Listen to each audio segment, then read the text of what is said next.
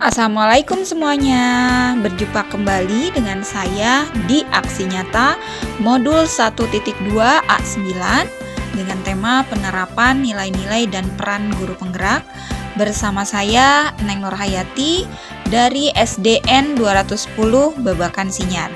Yuk sama-sama para guru hebat kita berinisiatif untuk selalu bergerak, tergerak, dan menggerakkan. Berikut adalah Bapak Ibu hebat yang sangat berkontribusi besar dalam kelancaran program PGP saya ini, yaitu dengan fasilitator Bapak Dedi Husnaini dan Ibu pengajar praktiknya Ibu Ami Fitria. Saya berasal dari kelas 09.139 CGP Angkatan 9 Kota Bandung. Aksi nyata yang saya ambil dari materi modul 1.2 yaitu CGP mampu mengembangkan dan meningkatkan kompetensi diri demi menguatkan nilai dan peran guru penggerak dalam proses pembelajaran. Lalu yang lainnya adalah kegiatan dalam mengupgrade diri ini dilakukan atas dasar rencana yang telah tersusun pada refleksi 4F di bab koneksi antar materi. Untuk aksi nyata ini, rencana pengembangan diri yang sederhana, konkret, rutin, dan dapat dilakukan sendiri, mulai dari sekarang akan saya bagi menjadi 3 bagian kegiatan. Yang pertama, secara mandiri saya akan menyusun modul ajar dengan tahapan kegiatannya berpusat pada siswa dan media belajar yang disiapkan akan saya upayakan untuk selalu berinovasi agar variatif dan tidak monoton. Mulai dari aktivitas gamesnya, audiovisual, ice breaking, dan hal lain sebagai media penunjang materi pokok. Lalu, kegiatan yang kedua yaitu sebelum melaksanakan PBM di kelas, saya akan menjalin kolaborasi dengan rekan guru satu jenjang untuk memperoleh saran terkait strategi pembelajaran yang saya gunakan. Kegiatan yang ketiga, aktivitas PBM yang saya laksanakan saat ini adalah hasil dari refleksi diri saya yang kemarin, di mana tindakan ini saya lakukan saat menjumpai ada beberapa siswa yang kurang memahami materi yang diberikan secara garis besar saja. Mari kita simak sama-sama langkah-langkah pelaksanaan kegiatan yang telah saya susun. Pertama, mencari referensi materi dari berbagai sumber. Bisa dari buku, misalnya buku cerita anak yang disukai, atau dari internet, YouTube, googling, dan lain sebagainya. Lalu yang kedua, menyiapkan alat atau media pembelajaran dan memastikan kesiapan siswa jika mereka sudah betul-betul siap untuk menerima pelajaran dan sudah dipersiapkan dengan kebutuhannya masing-masing. Kita upayakan layani sesuai dengan yang mereka inginkan, sesuai dengan apa yang menjadi minat mereka. Yang ketiga, siswa menyimak video pembelajaran yang sudah saya siapkan sebagai materi awal. Keempat, guru menjelaskan lebih detail untuk menguatkan pemahaman siswa.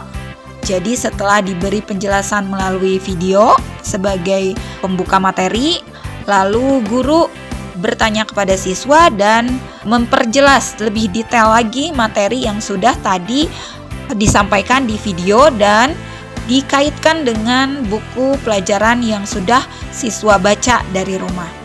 Yang kelima, siswa dipersilakan untuk membaca buku fiksi yang sudah mereka bawa dari rumah masing-masing, buku cerita yang mereka sukai, lalu menelaah isi bacaan, isi cerita di fiksi tersebut yang mengandung gaya bahasa atau majas yang sudah mereka pelajari sebelumnya.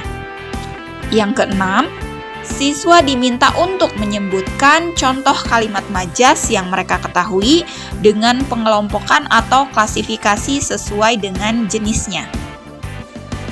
Setelah dirasa, siswa mengetahui pengetahuan terkait gaya bahasa dari berbagai media dan berbagai metode yang sudah diberikan, baik itu games, membaca buku fiksi, lalu melihat tayangan video, lalu membaca buku tulis atau buku pegangan siswa, dan lain sebagainya. Maka siswa diminta untuk mempersiapkan diri melaksanakan games secara teams dengan metode kooperatif jigsaw. Selama games dilaksanakan, ada kinestetik yang dilaksanakan oleh siswa juga, ada kolaborasinya, ada diskusinya, dan ada bernalar kritisnya, ada nilai kekompakannya, ada nilai kompetitifnya, dan lain sebagainya. Setelah itu, di akhir yaitu urutan ke-8, siswa diminta untuk mempresentasikan hasil games yang sudah mereka tempel. Karena pada saat mereka mengambil kartu kalimat, mereka harus menempelnya ke papan warna sesuai dengan klasifikasinya masing-masing dengan 3 jenis majas. Setelah dilaksanakannya aksi nyata, lalu saya merefleksi tentang kegiatan yang telah saya laksanakan. Di sana mengerucut 3 hal menggunakan metode 4F, yaitu fact, feel, finding, dan future. Sedangkan fact yang saya temukan yaitu terkait dengan gagasan apa yang muncul setelah kegiatan berlangsung. Lalu feel, bagaimana perasaan saya setelah kegiatan dilaksanakan. Untuk finding, saya lebih concern ke hal baru apa yang ditemukan saat kegiatan dilaksanakan.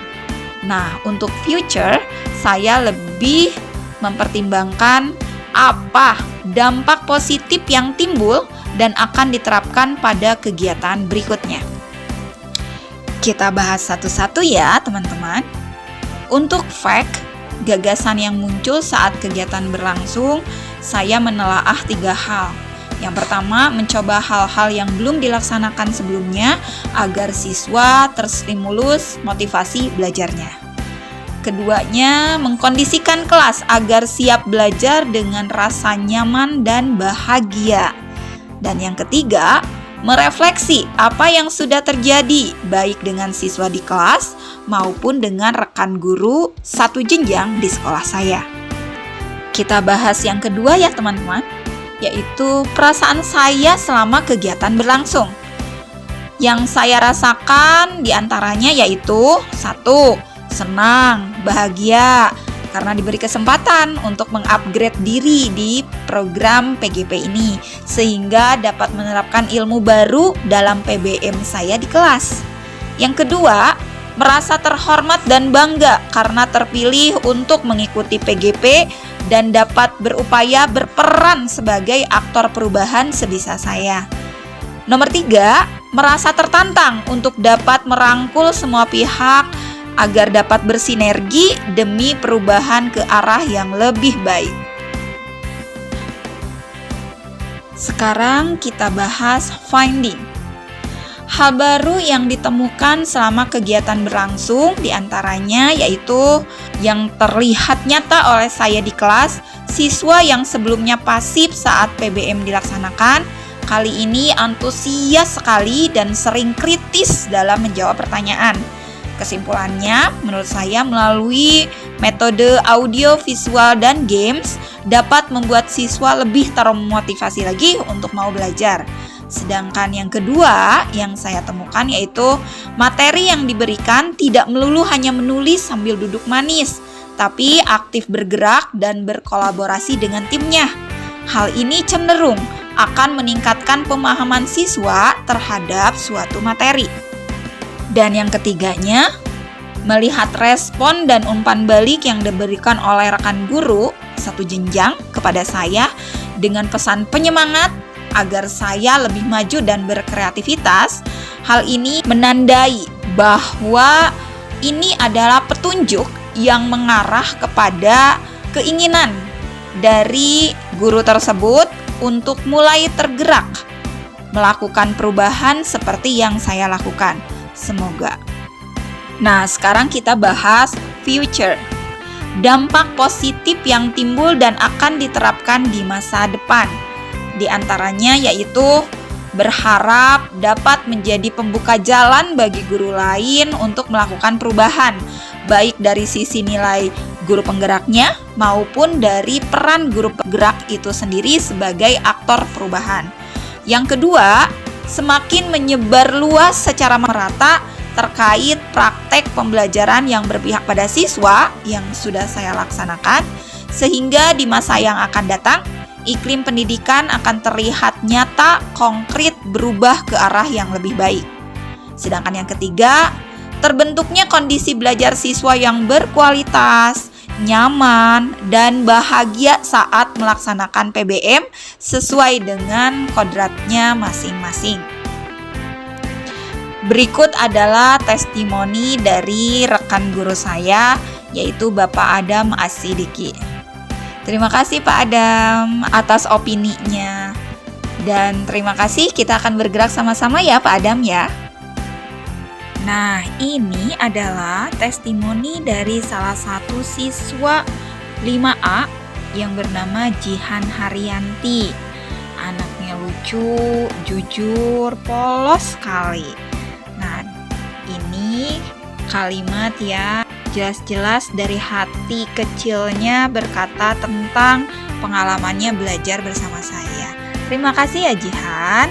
Iya, nanti kita akan terus belajar dengan menyenangkan seperti ini ya. Akan terus kita berlakukan games di materi-materi selanjutnya.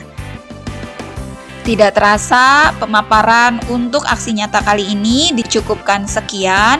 Salam dan bahagia untuk Bapak Ibu guru hebat seluruh Indonesia. Mohon maaf jika ada kekurangan. Semoga kita tetap bergerak agar Indonesia maju. Terima kasih semuanya. Wassalamualaikum warahmatullahi wabarakatuh.